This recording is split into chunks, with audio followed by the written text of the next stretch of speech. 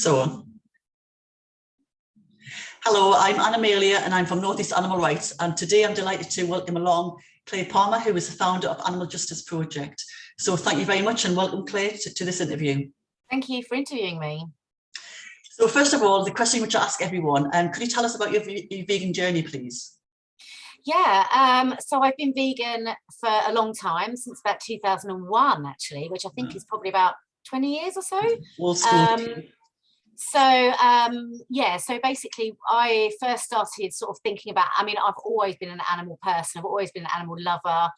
You know, I remember sort of going on holiday with my parents when I was very, very young, and you know, I used to get upset about other kids like being cruel to, you know, insects and crabs and stuff on the beach. And I've just always been sort of very into animals. But I think it was going to school and there was animals in the school, in the biology department. There was actually rats and mice. Remember, there was a spiny mouse and there was some rats as well, and they're kept in the sort of typical tiny plastic cages. And I used to go at lunchtime and kind of and let them out onto the I was called the animal monitor. So while the other kids were sort of outside doing normal things, I was inside letting the rats out, run around to try and sort of get them a bit out of their cages. And I took them home in the summer and gave them more freedom and basically took them back to the school. And I remember my mum saying to me, oh, just pretend that you've lost them type thing, don't take them back. And I did take them back, and they were then killed and dissected. And I remember just being absolutely heartbroken. So I don't know whether it was something to do with that. I also had a friend at school who's vegetarian, so she was telling me stuff. And basically the first time that I got involved in activism was going into central London to the big anti-vivisection marches.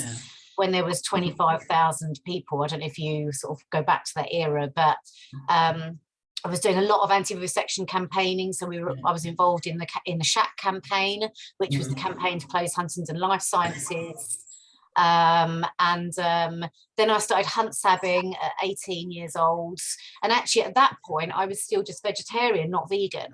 And I remember one Boxing Day going to a hunt protest in Kent or Surrey, and standing there with my placards, and the SABs turned up in their sort of black, you know, Land Rover with blacked out windows, all jumped out, sort of all, you know, balaclavas and what have you, not balaclavas, but and I remember thinking, oh God, this looks really, you know, why am I standing here with a placard? And I remember going over to them saying, can I jump in? Can I come sabbing with you? And they let me.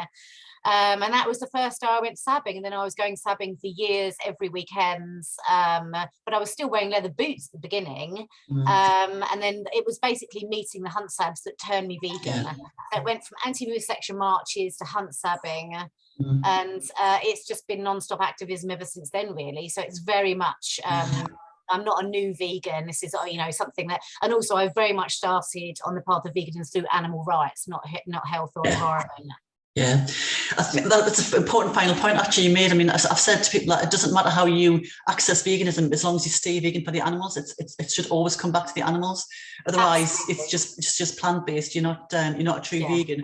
And I was talking to Ronnie Lee the other day about the veganism definition, about how the updated version, which he was involved with a couple of his colleagues, in terms of adding the obligation in to advocate for animals, because I think that really is what we should be doing. Veganism is it's not just about the food, it's about everything. It's about the whole, all of these things that you've just mentioned there. And that's why, you know, we Animal Justice Project work on pressure campaigns as well as consumer awareness, because the reality is we're just not going to change we're not going to change enough consumers to make a difference to the meat industry. So that's why we tend to strike a balance between pressurising the industry as well as educating consumers. Both are equally as important, but they're not going to work on their own. Yeah. So for those of us who don't know much about Animal Justice Project, could you tell us how it started and how you got in? Obviously you've created it, but how it differs from other animal rights groups? I mean, you kind of mentioned there about the fact that it's a pressure group as well. Yeah, so we started it in 2014 in December. That was when we got our company status. And we were, as some of you might know, we were actually focusing 100% on vivisection. So we were working, we were getting a lot of media, we were focusing on universities, uncovering what they were doing and basically doing demos, media and raising awareness. Over the years, we've changed. We now pretty much focus almost 100% on animals in farms. We do that probably because it's easier, so we can carry out undercover investigations. It's easier to get funding, the reality is, than campaign against vivisection. I generally find it an easier issue, and you can make more impact working on farmed animals than you can on vivisection. So we've kind of changed from, we still offer anti-vivisection leaflets, and I think that's where we see sort of the vivisection work being most effective, is supporting people on the ground within their local towns. To be a centralised group campaigning against vivisection, you need a lot of money, you need a lot of staff. It's a hell of a difficult issue to work on. Whereas we find that with animal farming, we're actually making quite an impact. So it started as an anti-vivisection group in 2014. And since then I now have 6 staff, all are part-time. So we're working very hard at fundraising. We're just growing and growing. So yeah, you say part-time, but it's going to be a full-time job for all of you, because it's one of those ones where you live and breathe it, isn't it? It's not like a...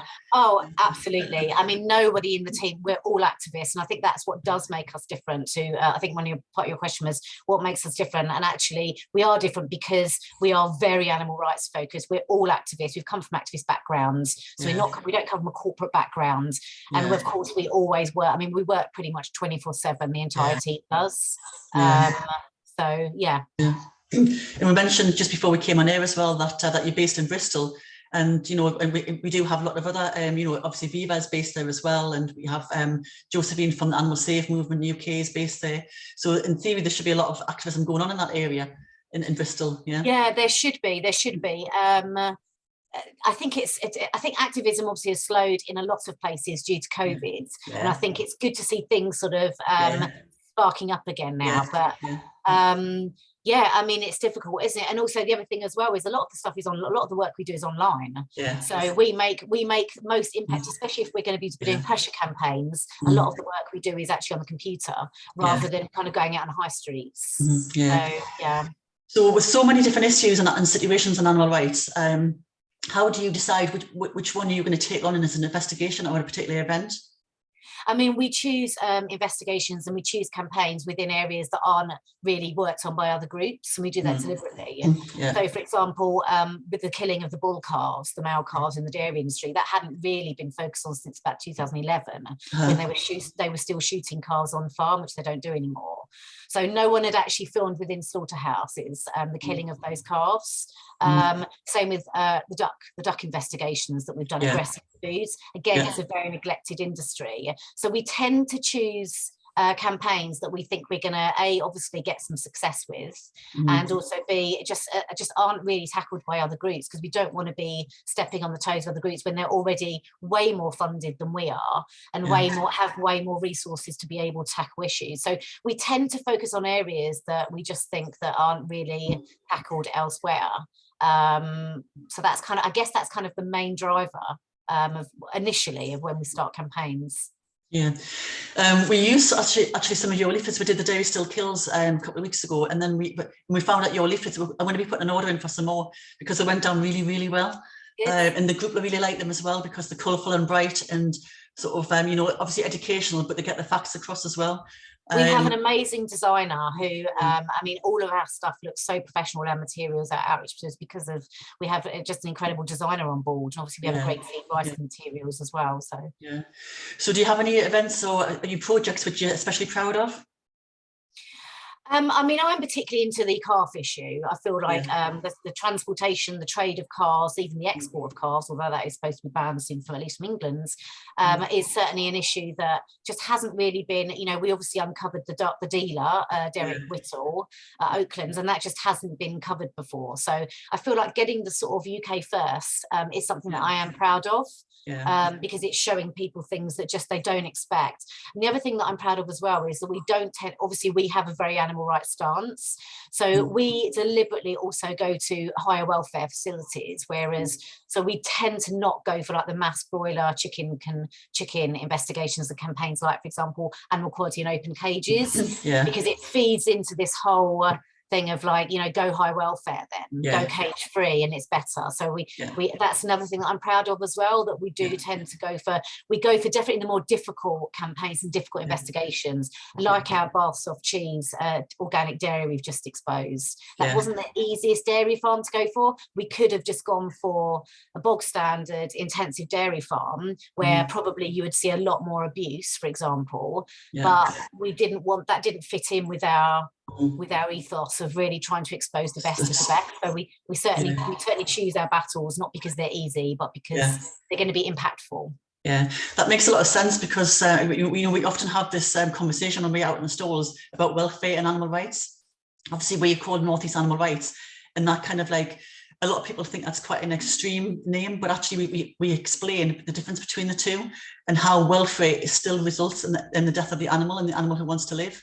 So it's very important that we draw that distinction and make sure that people are aware it's not about higher welfare, looking after the animals until they die, because we often have, when we did the dairy still kills, we had some dairy farmers come up to us and show us pictures of their cows in lovely fields and tell us how looked after these animals were. And we were able to say it's not about the welfare, it's about the fact that these animals don't want to die, and you're breeding animals, you're raising them, and then you're killing them. So really, absolutely, they're taking their babies as well, and that was one thing we really wanted to try and get on this high welfare farm, was the fact that, you know, in the dairy industry the babies are just taken away, it doesn't matter what label they're given, and we wanted to show the separation, that the distress that is felt by both mother and baby, and that's just something that's just not been done with by the groups. We really try and focus on standards, perceived standard practices that take place on these farms, and that helps with you guys as well, because if we're gonna, because showing abuse is great, you know, the animal quality investigation was fantastic in showing that terrible abuse on farm, but you're just going to get, oh, it's a one-off farm. And that's what happens. We do. That's exactly what we get. It's just one bad apple. It doesn't happen on our farm. It doesn't happen with this farm. It's only, and then they'll say that's the minority. We are the majority. So it is really important that you do stuff like that. So the recent event at Darlington, which obviously we were a tiny small part of it, was a major success because you had so much coverage all over the place, and you had so much awareness being raised as well. Now, we know that obviously some activists were arrested and they were expected to be arrested. So how important do you think these events like these are, where activists have to be prepared to risk their liberty and possibly injury as well? We know one of our friends and colleagues was injured. We know she's fitting well now, but obviously she was injured on the day. So how important do you think these events are, where they're kind of, going beyond the law, the current law anyway? I mean, I think they're really important. I mean, it's something that we've actually been wanting to do that event for about 2 years. We think it's very important, the sort of work that even Extinction Rebellion, Animal Rebellion are carrying out, and that we've done at Darlington, because I think you need to try different techniques. And I think, we could have stood out there just with the placards, but it wouldn't have got the media. And I think it's about sort of not being afraid to try different things. And I think non-violent direct action has been shown to work. It gets the media, it gets people thinking about it. So my short answer is yes, I do actually think it's very important to have those kind of events, and I'm really excited and really happy that you enjoyed the event, and it actually turned out very well, I thought. Yeah, it did. It went really, we were all really, really nervous driving up because we didn't know what to expect. Particularly us being dressed in black as well, because black is not a colour we use, and we were kind of thinking, no, it's gonna. We literally didn't know what to expect, but it was really, really well organised, very well. It was just a very, I would say, smooth in terms of what you obviously expected to get out of it. And watching your interview afterwards as well, was on the news, was really, really good, because obviously the farmers seem to be taken by surprise. And I know we have to have these conversations with farmers who, that's part of what we do. We're having these conversations with them to try and pull them away from animal farming. But there's always going to be that element of farming, of the farming industry, like those who attended this event, who kind of like see us as extremists and see us as, so we have to shine, have to highlight this. I mean, I think it's taking quite a hardline position. I mean, we wanted to do that event. We wanted to just strip all the welfare stuff out, bring it right back to the fact that farming violates animal rights. So, when you think about it, that is, oh my God, that's quite an extreme position. But of course, it's a logical position. We're not actually not saying anything extreme whatsoever, but to them, it's like, and I think it's really important to just make people think about the basics. And I guess that's what we try and do really as Animal Justice Project. We really try and bring it back to those individuals, what they're feeling, what it does, what basic farming actually means to animals. And that is the horror. You don't need to be showing all the abuse in a way. Just farming in its essence is horrible for animals. I think what we took away from that event was, obviously there was a different layers of activism going on all the time. And when we were we had farmers who were coming up, sort of like driving through and literally just going berserk at us. But they were saying that we were the extremists. We were standing there, peacefully.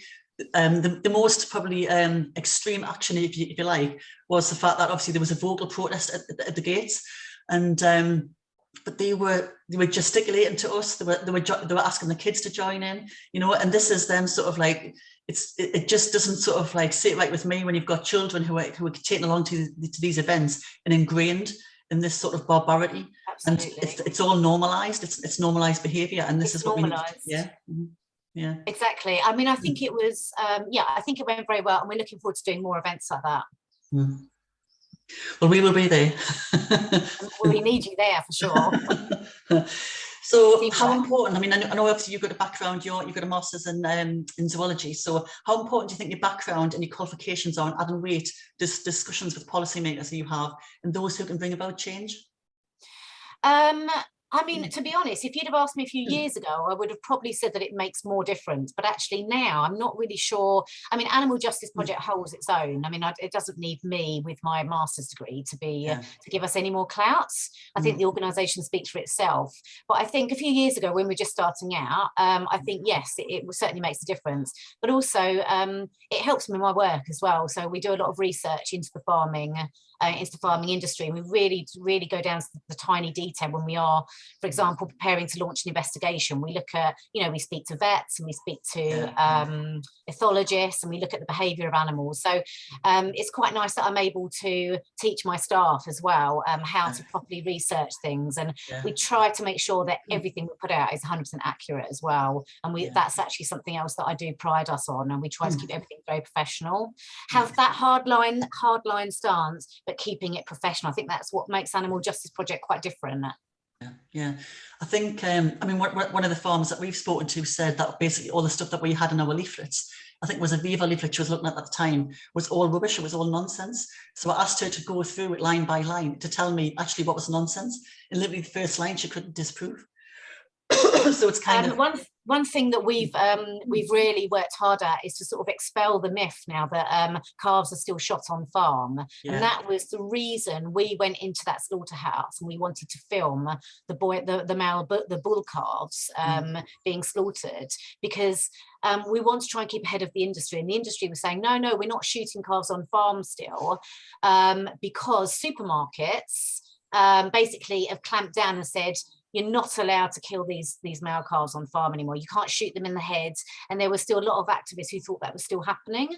So it's really important. So I see it as our job to really try and educate activists as well, because we've got the time, we can sit here and research and what have you. This is our jobs.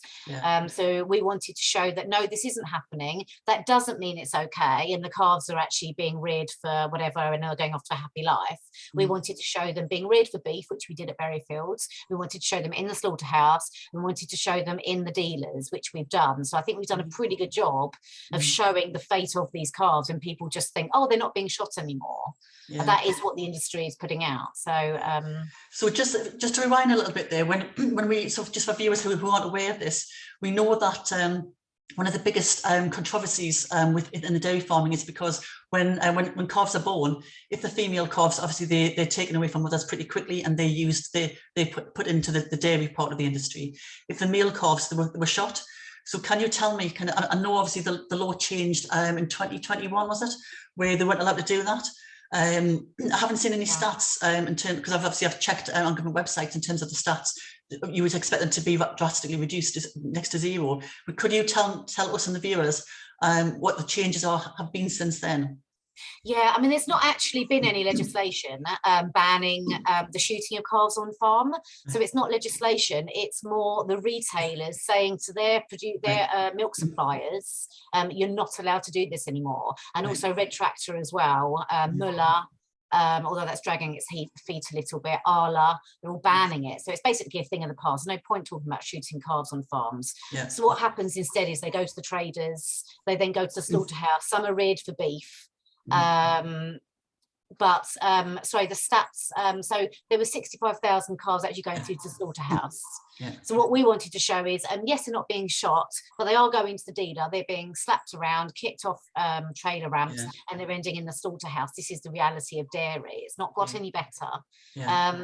The thing is, the male calves will never really be much use to the dairy industry. They are trying to use sex semen. They're trying to produce cows that are more suitable for rearing, but you're always going to get calves that aren't suitable for beef. So I think we need to keep saying that no, this isn't happening. They're not being reared for beef. They're not going on to this lovely life. They're still being killed. They're still being killed either way, whether a few months old or a year old for beef, doesn't matter. So it's always trying to be there at the forefront, telling the people the reality.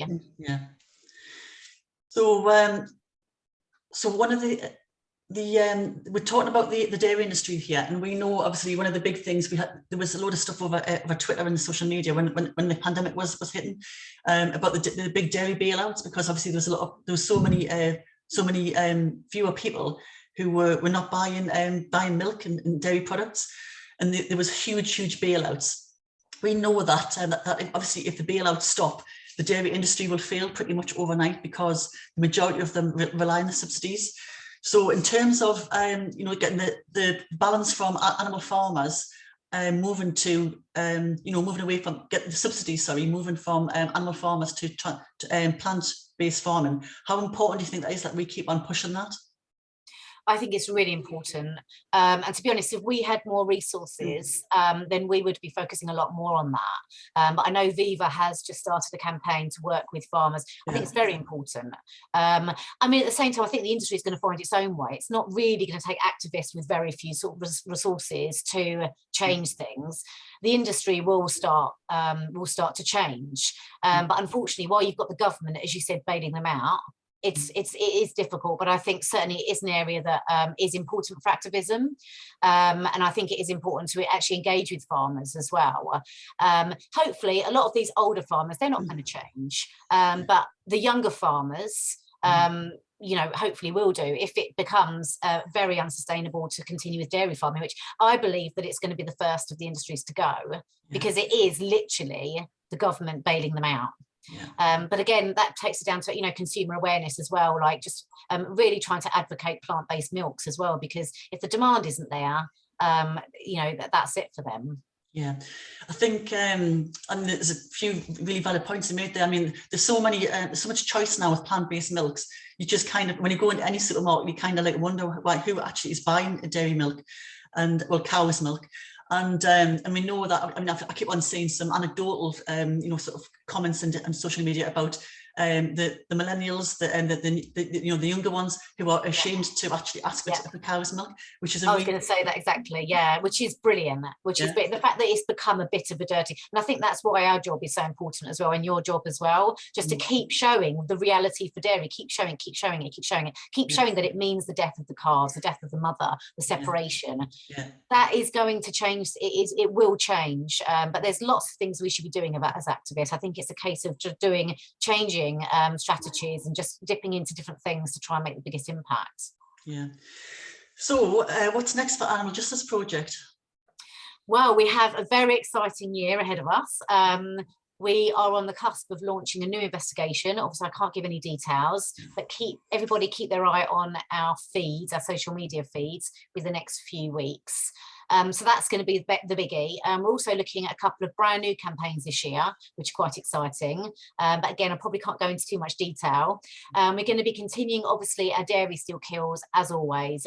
We're always interested in finding out about calves and finding out about the trade. So if anyone has any information as well, please do get in contact with us about anything dairy, beef, calves, all under our expired campaign.